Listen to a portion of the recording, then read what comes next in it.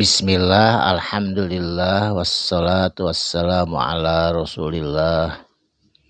Alhamdulillah petepang deui dinten ieu dinten Jumaah, insyaallah Jumaah barokah dina kaping 24 Juli 2026 masih dina surat Asy-Syu'ara ayat ka-7. A'udzubillahi minasyaitonirrajim. Bismillahirrahmanirrahim. Awalam yarau atawa naha henteu memperhatikeun teu ningali itu jalma-jalma anu ingkar anu kafir ilal ardi kana muka bumi anu kacida saena indah dipandang mata. Kam ambatna sabaraha jenis ambatna anu ditumbuhkeun ku kami piha dina eta muka bumi. Bubuahan anu rupa-rupa rasana aya nu tawar seperti padi, aya nu amis, aya nu pahit, aya nu haseum, aya obat-obatan jeung sajabana sasatoan binatang ternak termasuk urang sadayana di muka bumi.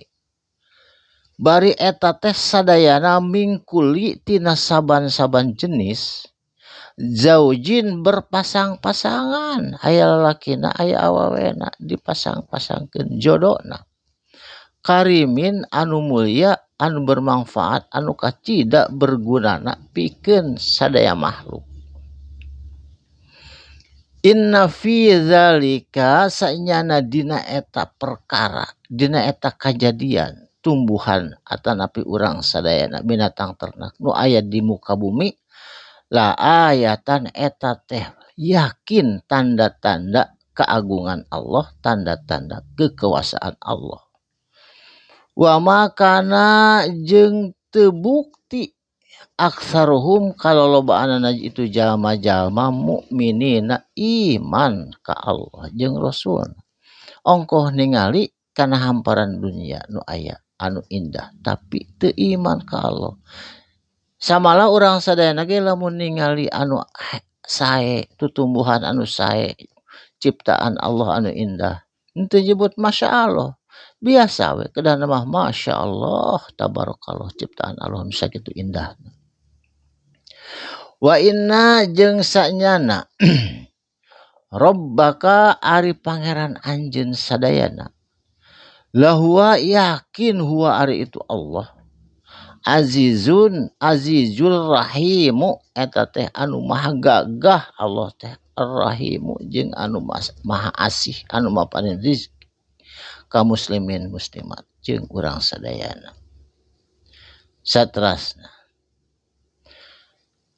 wa idnada jeung inget samang-samangsa nyeru Allah di wadi muqaddas Rabbuka pangeran anjeun Musa ka Nabi Musa. Ani ti kudu didatangan ku anjeun Musa saur Allah al qaumudz zalimin ka kaum-kaum dolim anu waktos harita di daerah Mesir, di kota Mesir. Saha Fir'auna kauma Fir'auna nyaeta kaum-kaum Fir'aun. Allah yattaqun kaya kana yen itu Fir'aun henteu takwa ka Allah, henteu menjalankan perintah Allah atawa ngajauhan tina larangan Allah. Kaum-kaum Fir'aun teh anger sombong bari takabur bari ingkar tina perintah Allah. Nabi Musa ngawaler atanapi ngadawuh, qala Nabi Musa ngajawab. Robbi duh pangeran abdi saur Nabi Musa. Ini sanyana ari abdi. Akhofu sieun abdi khawatir ayu kadzibuni ngabohongkeun atawa teu percaya ka abdi saur Nabi Musa.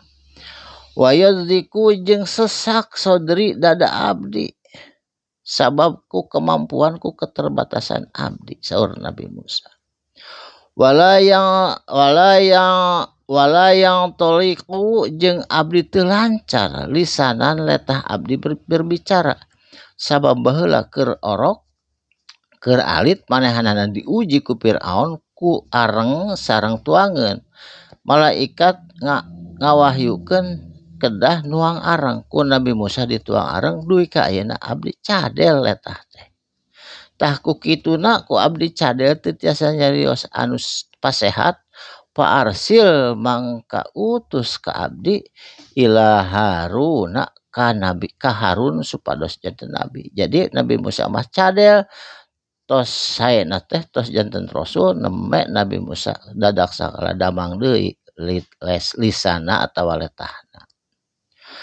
Walahum jeung eta tetep itu pikeun kaum Fir'aun alaiya ka abdi saur Nabi Musa dambun gaduh dosa baheula teh pernah misah Israel jeung Mesir misah keur parasia ditinju ku Nabi Musa itu ke urang Mesir maot sakali tinjuan sapada hari teh jadi sieun abdi lamun ka ditu pasti dikakalakeun saur